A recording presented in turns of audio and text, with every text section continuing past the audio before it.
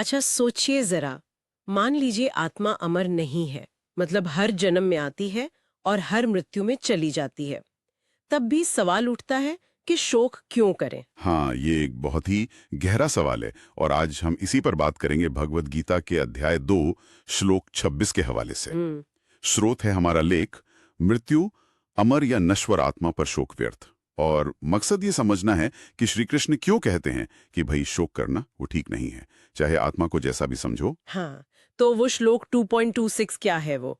अथ चैनम नित्य जातम नित्यम वामन्य से मृतम तथापि त्वम महाबाहो नैवम शोचितुमर्हसि। बिल्कुल। इसका मतलब है कि हे अर्जुन, अगर तुम ये भी मानो कि आत्मा हमेशा जन्म लेती है और हमेशा मरती है, तब भी तुम्हें शोक नहीं करना चाहिए। हम्म। ये तो काफी चौंकाने वाली बात है। है ना। और श्री कृष्ण यहाँ एक बहुत ही क्या कहते हैं दिलचस्प तर्क दे रहे हैं। हम्म। वो दो स्थितियां रखते हैं। दो स्थितियां। हाँ, देखिए पहली स्थिति मान लीजिए आत्मा अमर है, शाश्वत है, तो फिर मृत्यु क्या हुई? बस शरीर का बदला। जैसे कपड़े बदलना। हाँ बिल्कुल, आत्मा तो वही की वही है। तो फिर इस बदलाव पर, इस छोटी सी घटना पर इतना शोक क्यों? ये बात तो समझ आती है। लेकिन वो दूसरी स्थिति थी, वो थोड़ी सोचने वाली है। अगर कोई ये माने कि नहीं, आत्मा अमर नहीं है, वो तो बस जन्म लेती है, मरती है, फिर जन्म लेती है, एक चक्र है, हाँ, तब तो कोई गया तो मतलब वो उस रूप में तो चला ही गया ना, तब शोक क्यों नहीं? देखिए यहीं पर कृष्ण का तर्क और गहरा हो जाता है। वो कहते हैं अगर ऐसा भी मानते हो कि ये एक निरंतर जन्म मृत्यु का चक्र है, तब भी शोक मत करो। पर क्यों? क्योंकि इस नजरिए में भी मृत्यु कोई अंत नहीं है, वो उस चक्र का बस एक एक हिस्सा है, एक पड़ाव। जैसे नदी बहती रहती है ना, पानी आता है, जाता है, फिर आता है। शोक तब होता है जब हम सोचते हैं कि बस सब खत्म, पूर्ण विराम लग गया। अच्छा। इस चक्रीय सोच में कुछ भी हमेशा के लिए खत्म नहीं होता, बस रूप बदलता है। असल में कुछ खोता नहीं है। हाँ, वो ट्रेन वाला उदाहरण याद आ रहा है, जैसे प्लेटफॉर्म पर खड़े इंसान को लगता है कि यात्री चला गया। बिल्कुल, जबकि वो तो बस ट्रेन बदलकर आगे की यात्रा पर निकल गया है ना। हाँ हाँ, सही है। तो ये नजरिया मृत्यु को एक घटना से ज्यादा एक प्रक्रिया की तरह दिखाता है। और इससे जुड़ी एक और बात है, वो किसान वाली कहानी। हाँ हाँ, वो बुद्धिमान किसान वाली, जिसका घोड़ा भाग जाता है तो सब कहते हैं बुरा हुआ। फिर वो जंगली घोड़ों के साथ लौट आता है, सब कहते हैं वाह क्या किस्मत है। फिर बेटा गिरकर टांग तोड़वा लेता है, ओ बहुत बुरा हुआ। और फिर सेना वाले आते हैं भर्ती करने और बेटे को छोड़ जाते हैं क्योंकि उसकी टांग टूटी है। हाँ, तो वो बुरा अच्छा बन गया। सही बात है। तो कहानी का सार क्या है कि किसी भी घटना को, खासकर मृत्यु जैसी घटना को, तुरंत अंतिम मानकर उस पर फैसला मत सुनाओ। हमें क्या पता कि आगे क्या है। जो आज नुकसान दिख रहा है वो कल कल शायद वरदान साबित हो।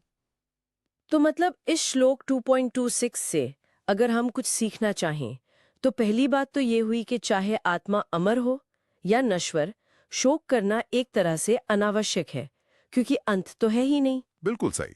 और दूसरा सबक यह है कि बदलाव तो होना ही है। सब कुछ बदल रहा है, तो फिर दुख, दर्द, हानि ये भी स्थायी कैसे हो सकते हैं?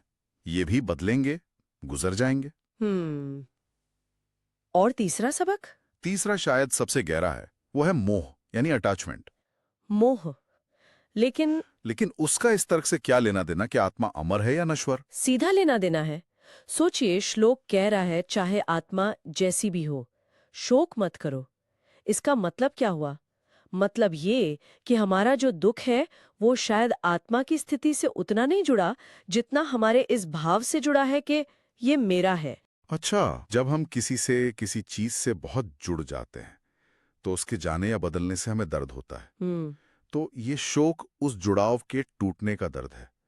पर गीता के हिसाब से ये कोई फाइनल गुड बाय तो है ही नहीं। ये तो बहुत बहुत व्यापक दृष्टिकोण है।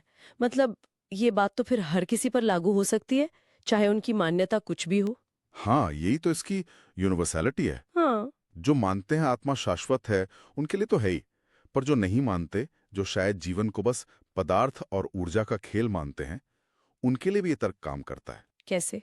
क्योंकि विज्ञान भी तो यही कहता है ना कि ऊर्जा नष्ट नहीं होती, बस रूप बदलती है। हम्म। तो उस लिहाज से भी मृत्यु कोई अंत नहीं है, बस एक ट्रांसफॉर्मेशन है। सही कहा। तो संक्षेप में कहें तो गीता का ये श्लोक हमें एक बिल्कुल अलग नजरिया दे रहा है। हमारी मान्यता कुछ भी हो, मृत्यु पर शोक करना शायद उतना जरूरी नहीं, क्योंकि यह अंत है ही नहीं, ये बस एक प्रक्रिया का हिस्सा है। बिल्कुल। और शायद श्रोताओं के लिए एक विचार छोड़ जाते हैं सोचने को, हाँ, कि रोजमर्रा की जिंदगी में होने वाले छोटे बड़े बदलावों, नुकसानों को लेकर भी हमारी प्रतिक्रिया बदल सकती है।